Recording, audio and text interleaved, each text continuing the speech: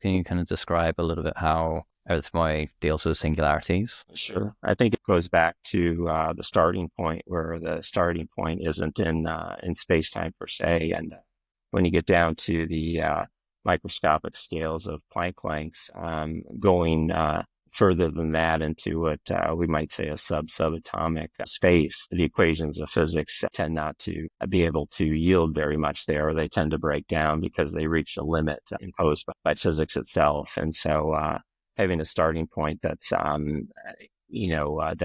limited by that Planck length or Planck scale, you still have a form, and there's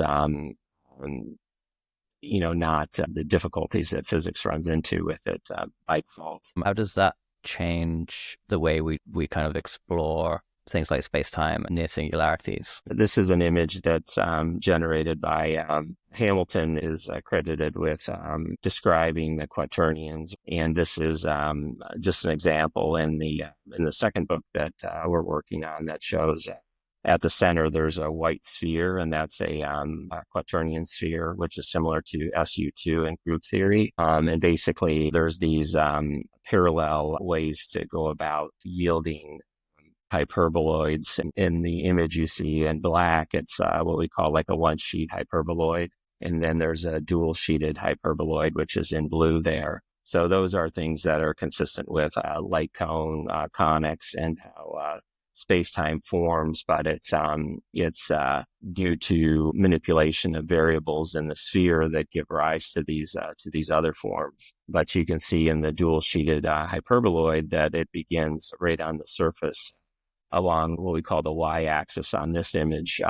That's where space-time begins, and so there's this space in between the two hyperboloids and the dual-sheeted form that always exists, and it gives rise to this. And so that's what non-locality is. And so it's got mathematical form descriptions. It's always quite viable. It's there whether the hyperboloid exists or not. And that kind of gets to the heart of the matter, where it's this space that's outside of being able to see it or sense it physically, but it's there, and it's causal to the space time that these forms are kind of showing.